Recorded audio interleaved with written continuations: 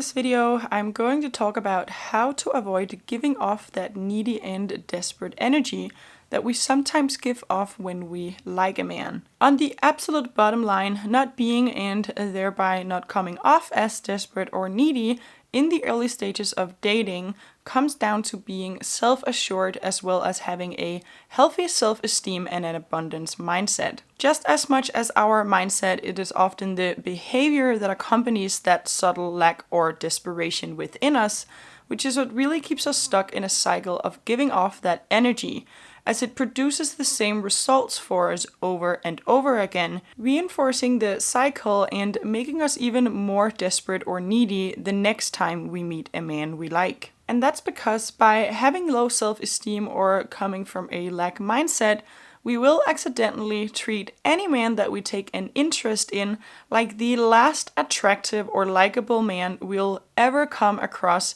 and as if he's particularly significant. But of course, another man always comes around. And knowing and believing this fact to your very core is largely what creates an abundance mindset in dating. But experiencing repeatedly and over a long course of time that we can't quite get it right with men, and like we're somehow scaring them off and repelling them with our behavior, well then, of course, an abundance mindset is quite hard to come by. Because in this scenario, we might anxiously anticipate that we are going to repel men in perpetuity, regardless of how many next men there will be. And this cycle of disappointing experiences with men contributes to lowered self-esteem as we keep taking blows to it, which is also what keeps us stuck in this type of cycle, because working on your self-esteem is difficult when you're constantly licking newly inflicted wounds to it. But well, you hopefully won't feel like you are repelling the men you like forever,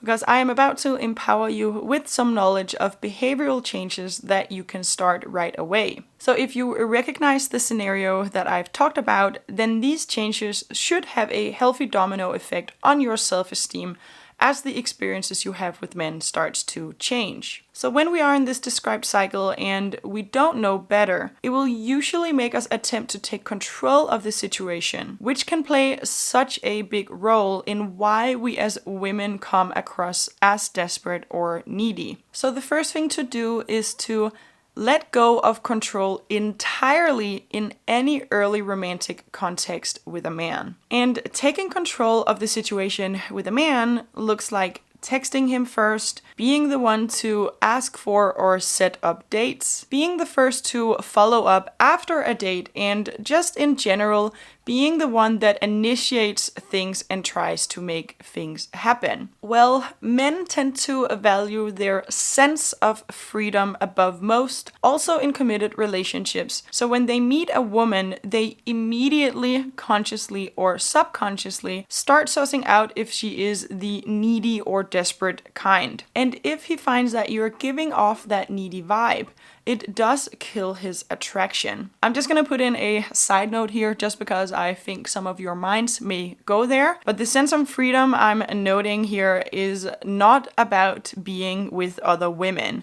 What I'm talking about here is just a sense of freedom. It's a little bit more complicated than just wanting to be with other women. One way men feel this out is by leaning back and then watching how you'll react to that. If you are someone who are in a needy or desperate mindset, you are likely going to then start worrying and start taking control of the progression of the connection with him and start pursuing him. Instead, what you should be doing is mirroring him and leaning back as well, and then letting him come back. When we like a man, we tend to get so busy about it, but winning a man's affection and commitment usually requires some time to sit and be centered in our own feelings, and that requires some patience, something which you have almost nothing of if you are in a desperate mindset. The next time you feel the urge to control things because a man is taking too long to your liking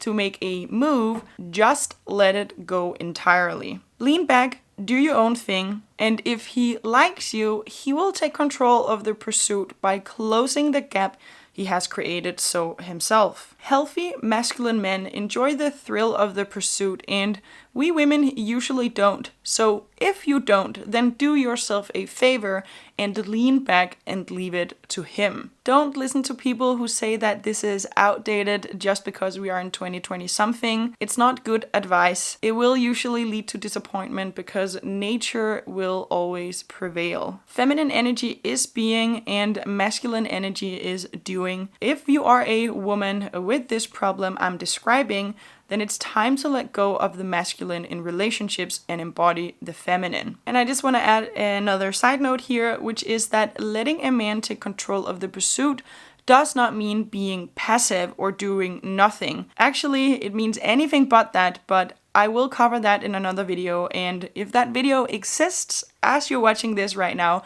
then it will already be in the description below. Sometimes it takes changing just one thing to start a positive domino effect on anything, and letting go of control with men is likely going to do that for your self-esteem and your abundance mindset as you start noticing that your experiences with men starts to change, and suddenly you'll have men pursuing you instead of the other way around. Of course, you must work on your self-esteem outside of relationships too. All of what this really comes down to is being a healthy-minded feminine woman with standards, and all I'm really doing is telling you how such a woman often behaves. And knowing these behaviors so we can employ them before we naturally would can have a huge impact on our mindset and self-esteem, as it throws a wrench in the cycle that we've been stuck in. But working on your self-esteem overall will contribute the same, as when you have a healthy mindset, you are going to value yourself higher and naturally engage less in situations that are disappointing to you. I find that one thing that contributes to a healthy feminine self-esteem is learning how to validate yourself instead of outsourcing that validation to others. And here I'm really not just talking about validation from men, which is already commonly talked about, but also validation from other women. It's learning how to tune in with your own intuition and trusting it instead of asking others for advice on most of your decisions. Of course, asking for advice and input is totally fine and natural, but I do find that it's often a fine line before we do it too much and we start trusting others' intuitions above our own, also contributing to lower self-esteem. So some of the questions you'd usually ask your friends or maybe your mom, you can start asking some of them to yourself first. Ask your own opinion and value it as you would theirs. You can start rather small and work yourself up to the bigger things. It's just a small tip also to start working on. And of course, as always, I do offer one-on-one personalized coaching should you want the support in applying this knowledge directly to your dating situation. And you can always find the link for that in my description below. Thank you for watching and subscribe to my channel for more.